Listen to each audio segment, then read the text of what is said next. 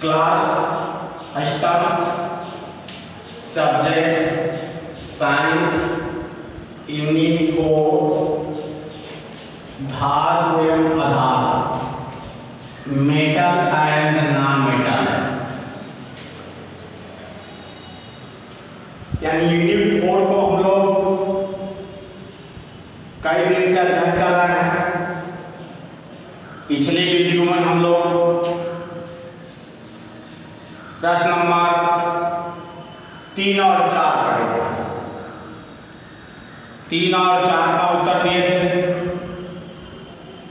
आज के वीडियो में प्रश्न नंबर 5 से अध्ययन करेंगे, जो आपके एक्सरसाइज बुक में प्रश्न नंबर 5 को हम लिखे हैं। इसको आप पढ़ें और इसके बारे में सोचें और प्रश्नों का उत्तर दें। प्रश्न नंबर 5 में दिया हुआ है, निम्नलिखित प्रश्नों के उत्तर दीजिए। यानी प्रश्न नंबर 5 प्रश्नों का समूह है। इन प्रश्नों को हम पढ़ेंगे और जिन प्रश्नों का उत्तर हम नहीं लिखवाएंगे उसको आपको लिखवाएंगे, समझाएंगे, बताएंगे भी। जिन प्रश्नों का उत्तर हम दे दिए होंगे उसको पुनः एक बार दोहराएंगे। कॉपी से आप देख भी लेंगे। आइए हम लोग प्रश्न नंबर 5 के पहले प्रश्न को पढ़ें। पहला प्रश्न है धातुओं की आघात वर्धनीयता। धातुओं की आघात वर्धनीयता तथा तन्यता के गुण का क्या अर्थ है? धातु में हम लोग धातु के गुण में पढ़े हैं, तन्यता पढ़े हैं, धात्विक चमक पढ़े हैं, आघात वर्धनीयता पढ़े हैं, सुचालकता पढ़े हैं, यानी सुचालक को कुचालक पढ़े हैं। तो इसमें दे रहा है कि धातु की आघात वर्धनीयता तथा तन्यता के गुण का अर्थ, यानी धातु की आघात वर्धनीयता और तन्यता का क्या गुण है। पिछले वीडियो में आप पढ़े होंगे, पिछले वीडियो में पढ़े हैं आघात वर्धनीयता। आघात वर्धनीयता किसे कहते हैं? यानी जब किसी धातु को चोट मारने या पीटने पर चादर के रूप में परिवर्तित हो जाए तो धातु के इस गुण को आघात वर्धनीयता कहते हैं। फिर से यह सुने, आघात वर्धनीयता किसे कहते हैं? जब किसी धातु को चोट मारने या पीटने पर चादर के रूप में परिवर्तित हो जाती है तो धातु के इस गुण को आघात वर्धनीयता कहते हैं। जैसे लोहा ले लीजिए, लोहे को हथौड़े से पीटते हैं तो अब फैलती है, चादर के रूप में बदलती है।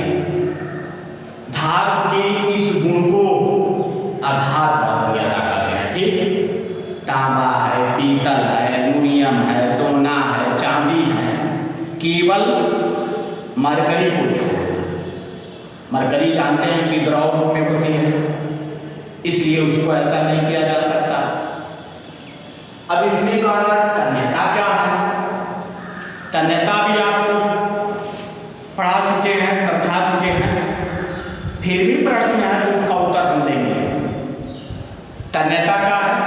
यानी जब किसी धातु को खींचकर या तानकर तार के रूप में बदलने की क्रिया को तन्यता कहा जाता है। तन्यता किसे कहते हैं? जब धातु को तानकर या खींचकर तार के रूप में बदलना या बदलने की क्रिया को तन्यता कहते हैं। ठीक, बात समझ में आ गई? तो इस प्रश्न का उत्तर हम दे चुके हैं, लिखवा चुके हैं, पुनः इसमें हम बता चुके हैं। आप उसको पुनः लिखेंगे और उसको जांच कराएंगे। अब प्रश्न नंबर 5 का दूसरा प्रश्न है, ऐसी कौन सी धातु है जो द्रव अवस्था में पाई जाती है? प्रश्न नंबर 2 कह रहा है वह कौन सी धातु है जो द्रव अवस्था में पाई जाती है?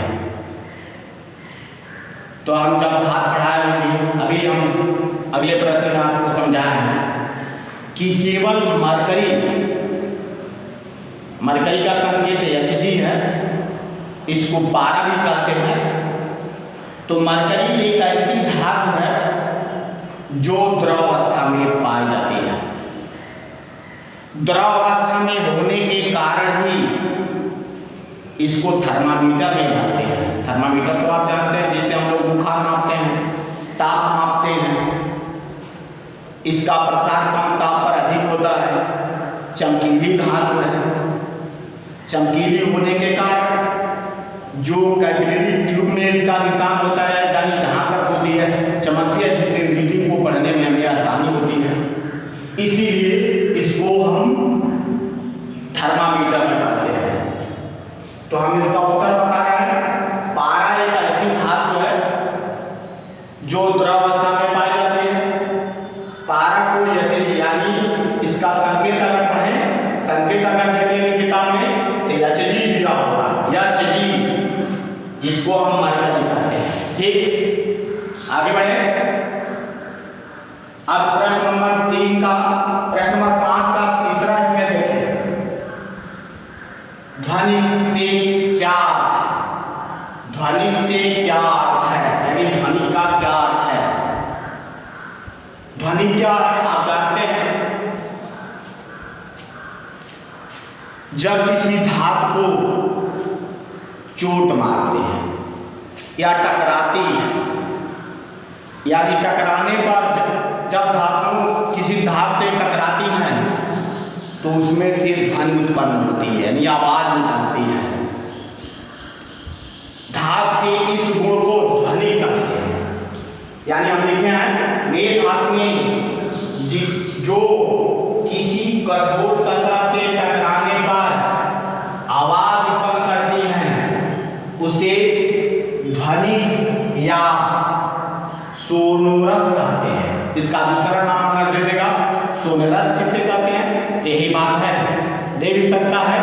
इस बात को थोड़ा सा आप नोट करेंगे, इसी को भी कहते हैं। यानी ध्वनि किसे कहते हैं? जिन धातुओं को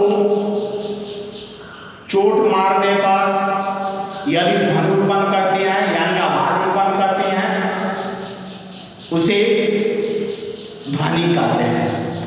जैसे आप देखें होंगे स्कूल का घंटा, अपने स्कूल में घंटा है, उसको जब हम मारते हैं, हथौड़े से उस पर चोट पहुंचाते हैं, तो उसमें झन की आवाज होती है, इसी को हम ध्वनि कहते हैं। यानी वे धातुएं जो किसी कठोर सतह से टकराने पर आवाज उत्पन्न करती हैं, उन्हें ध्वनि या सोनोरस कहते हैं। अगला है प्रश्न नंबर 5 का चौथा, धातुओं का संक्षारण क्या है? यानी धातु का संक्षारण किसे कहते हैं? संक्षारण से आप समझ रहे हैं, संक्षारण किसे कहते हैं? यानी संक्षारण से क्या है, पहले वीडियो हम लोगों ने पढ़ाया है, बताया है, पढ़े भी हैं। यानी धातुओं पर जल और ऑक्सीजन से क्रिया करके ऑक्साइड बनाती है, यानी उस पर एक परत चढ़ जाती है और वह धातु धीरे धीरे नष्ट हो जाती है। यानी इस क्रिया को धातु का संक्षारण, यानी धातुओं के धीरे धीरे नष्ट हो जाने की क्रिया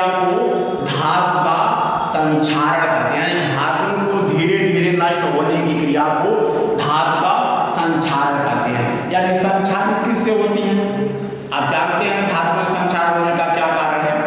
इसके दो मुख्य कारण होते हैं, जल और वायु। यानी धातु में जल और वायु से क्रिया करके ऑक्साइड बनाती हैं, इसको जंग कहते हैं, और धीरे धीरे उस पर ऑक्साइड हो जाती है और वह बदल जाती है, रूप बदल जाता है, रंग बदल जाता है, धीरे धीरे नष्ट हो जाती है। इसी क्रिया को धातुओं का संक्षारण कहते हैं। आगे बढ़े, इसका उत्तर आप लिखेंगे, लिखवाए भी हैं, धीरे धीरे वीडियो भी भेजे हैं। इस प्रश्न को पुनः आप लिखेंगे और जांच कराएंगे। प्रश्न नंबर 5 का 5वां देखेंगे, लोहे को जंग से बचाने के 2 तरीके बताइए। यानी लोहे को जंग से बचाने के 2 तरीके बताइए। यानी कौन कौन से ऐसे तरीके हैं जिनको जंग से बचाया जा सकता है। हम लोग पिछले वीडियो में पढ़े हैं, इसका अध्ययन भी किए हैं। चलिए कोई भैया बताएं क्या होता है, यानी कौन कौन सी ऐसी 2 विधियां हैं जिसको जंग से बचाया जा सकता है। तपाली विधि है। पाली विधि क्या है, यानी धातुओं पर तेल अथवा ग्रीस का लेप चढ़ाना। जब किसी धातु पर तेल अथवा ग्रीस का लेप चढ़ा देते हैं तो धातु को वायु और नमी से बचाया जा सकता है। तो होगा धातुओं पर ग्रीस अथवा तेल का लेप लगाकर, यानी उस पर लगा देते हैं। बरसात का मौसम आते ही हम देखते हैं जितनी भी लोहे की वस्तुएं बनी होती हैं उस पर हम लोग तेल लगा देते हैं ताकि वह नष्ट ना होने पाए। दूसरा है उसके ऊपर पेंट लगा देते हैं। यानी आप देखेंगे विद्यालय के खिड़कियों और जंगलों को देखे होंगे, या तो नमी से पहले यानी बरसात से पहले या बरसात समाप्त होने के तत्पश्चात उस पर पेंट लगा दिया जाता है, क्योंकि इसको बचाया जाए, जंग से बचाया जाए। तो कौन कौन सी ऐसी विधियां हैं, तेल अथवा ग्रीस का लेप लगाकर, पेंट चढ़ाकर, मिश्र धात बनाकर, गालोडीकरण की क्रिया। ये 4 विधियां हैं। चारों विधियों में से किसी 2 विधि को लिखना है। इसको लिखेंगे, चेक भी कराएंगे, पुनः हम